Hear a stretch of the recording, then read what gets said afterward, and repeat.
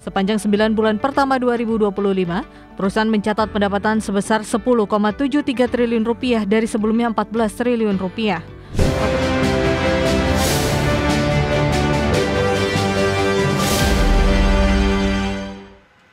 Kinerja keuangan PT PP tertekan sepanjang 9 bulan pertama tahun 2025. Laba bersih anjlok hampir 98%, namun perusahaan masih mencatatkan aset yang stabil. Emiten Badan Usaha Milik Negara bidang konstruksi PT PP Persero Tbk mengalami penurunan kinerja keuangan secara signifikan sepanjang periode Januari hingga September 2025. Laba bersih perseroan turun drastis sebesar 97,92% menjadi hanya 5,55 miliar rupiah dari sebelumnya 267,28 miliar rupiah pada periode yang sama tahun lalu. Seiring dengan penurunan laba, pendapatan PT PP juga turun 23,33% year on year. Sepanjang 9 bulan pertama 2025, perusahaan mencatat pendapatan sebesar 10,73 triliun rupiah dari sebelumnya 14 triliun rupiah. Kontribusi terbesar berasal dari segmen konstruksi senilai 8,99 triliun rupiah, diikuti EPC 781,8 miliar rupiah, properti dan real estate 544,46 miliar rupiah, serta pertambangan 190,21 miliar rupiah. Meskipun mengalami tekanan pendapatan, perseroan melakukan efisiensi beban pokok hingga turun 26,14% year on year. Namun laba kotor PT PP hanya mencapai 1,61 triliun rupiah atau turun 2,36% dibandingkan 1,65 triliun rupiah pada tahun lalu. Kondisi ini menunjukkan upaya efisiensi belum cukup untuk menahan penurunan kinerja secara menyeluruh. Sepanjang kuartal ketiga 2025, PT PP mencatat beban usaha sebesar 595,31 miliar rupiah, beban keuangan 1,5 triliun rupiah, dan beban lainnya 590,24 miliar rupiah. Hal ini membuat laba tahun berjalan hanya tersisa 15,24 miliar rupiah, di mana laba yang dapat diatribusikan kepada pemilik entitas induk hanya 5,55 miliar rupiah. Akibatnya, laba per saham turun tajam menjadi Rp1 dari sebelumnya Rp43 per saham. Dari sisi neraca, kas dan setara kas perseroan terpantau sebesar 2,69 triliun rupiah atau turun 12,13% dibandingkan tahun sebelumnya. Total aset PT PP turun tipis 1,88% menjadi 55,53 triliun rupiah, namun liabilitas juga berkurang 2,67% hingga menjadi 40,23 triliun rupiah. Sementara itu, ekuitas perseroan justru naik sedikit sebesar 0,27% menjadi 15,29 triliun rupiah, menandakan kondisi keuangan masih relatif terjaga. Tim Liputan IDX Channel. PT Sinergi Inti Andalan Prima Tbk akan mengakuisisi mayoritas saham PT Personel Alih Daya Tbk. Akuisisi ini diperkirakan akan mengubah struktur pengendali perusahaan outsourcing tersebut. PT Sinergi Inti Andalan Prima Tbk emiten dengan kode saham INET resmi mengumumkan rencana akuisisi 53,57% saham PT Personel Alih Daya Tbk atau PADA dari Koperasi Pegawai Indosat. Direktur Utama PT Sinergi Inti Andalan Prima Tbk Muhammad Arif menyebutkan, negosiasi dilakukan pada 23 Oktober 2025 untuk mengatur transaksi jual beli sebesar 1,68 miliar saham. Melalui langkah ini, perseroan dijadwalkan akan menjadi pengendali baru di PADA. Proses negosiasi antara Koperasi Pegawai Indosat atau Kopindosat dengan Sinergi Inti Andalan Prima dilakukan secara langsung. Kedua pihak telah menandatangani suatu indikasi syarat dan ketentuan jual beli sebagai dasar rencana akuisisi tersebut. Dengan penandatanganan dokumen ini, akuisisi diperkirakan akan berjalan dalam waktu dekat setelah memenuhi persyaratan regulasi. Sebagai informasi, PT Personel Alih Daya telah melantai di Bursa Efek Indonesia sejak 2 Desember 2022 dan mengantongi dana segar sebesar 90 miliar rupiah.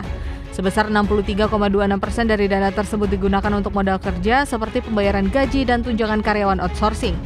Sisa dana digunakan untuk berbagai pengembangan bisnis mulai dari jasa teknikal, pengembangan IT hingga lini bisnis Customer Care Center dan pelatihan. Hingga akhir September 2025, komposisi pemegang saham PT Personel Alih Daya terdiri atas Kopsindosat 59,86%, Sigit Kuncahyo 11,57% dan masyarakat 28,57%. Rencana akuisisi ini diperkirakan akan mengubah struktur pengendalian perusahaan secara signifikan.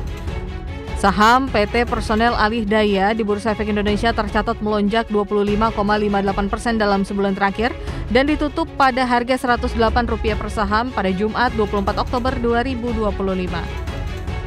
Tim Liputan IDX Channel. Pemirsa, PT Multi Makmur Labindo Tbk atau PIPA resmi memasuki era baru usai diambil alih oleh PT Morris Capital Indonesia atau MCI. Transformasi besar ini menandai pergeseran PIPA dari produsen pipa plastik menjadi pemain strategis di sektor energi nasional. PT Multi Makmur Labindo Tbk atau PIPA resmi memasuki era baru usai diambil alih oleh PT Morris Capital Indonesia atau MCI. MCI kini menguasai hampir 49% saham PIPA dan berencana menyuntikkan aset senilai 3 triliun rupiah ke dalam perusahaan. Langkah ini menjadi bagian dari strategi besar untuk menjadikan PIPA sebagai penghubung penting dalam rantai pasok energi nasional, mulai dari sektor minyak dan gas, logistik energi darat laut, hingga infrastruktur penyimpanan bahan bakar.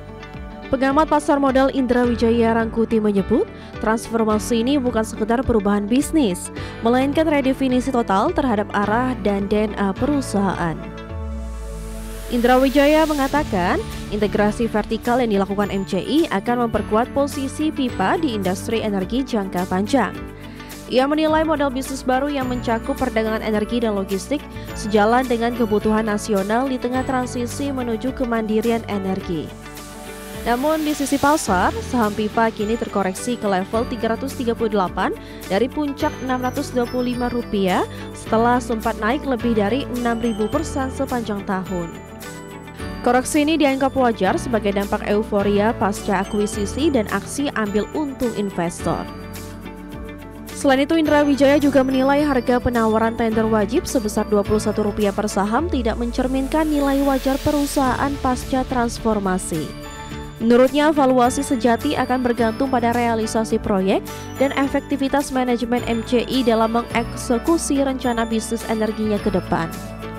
Ia mengatakan investor agar tetap berhati-hati karena saham PIPA masih berpotensi bergerak liar dalam jangka pendek. Namun, jika strategi dan eksekusi berjalan sesuai rencana, PIPA berpeluang menjadi pemain kunci dalam infrastruktur energi nasional. Berbagai sumber, IDX Channel.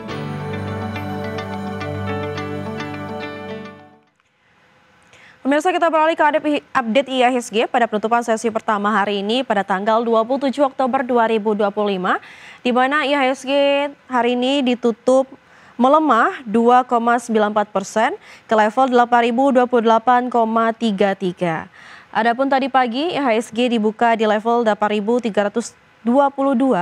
dan sempat menyentuh titik tertinggi di level 8.354. Adapun 150 saham mengalami penguatan, 550 saham mengalami pelemahan, dan 107 saham stagnan atau tidak bergerak. Dari top gainers pemirsa atau saham-saham yang mengalami penguatan tertinggi antara lain ada UNVR atau Unilever yang mengalami kenaikan di 9,09%, HMSP mengalami kenaikan di 5,1%, AADI naik 1,28%, dan Gotoh mengalami kenaikan di 1,82%. Dari top losers pemirsa atau saham-saham mengalami penurunan terdalam, antara lain ada PTRO yang mengalami penurunan di 11,89%, CDIA mengalami penurunan di 6,17%, BRPT mengalami penurunan di 12,36%, dan Brand mengalami pelemahan di 12,26%. Dari pergerakan sektoral pemirsa, properti mengalami pelemahan di 4,53%, energi juga mengalami pelemahan di 4,45%, industri turun 3,76%, dan infrastruktur juga mengalami penurunan di 3,05%.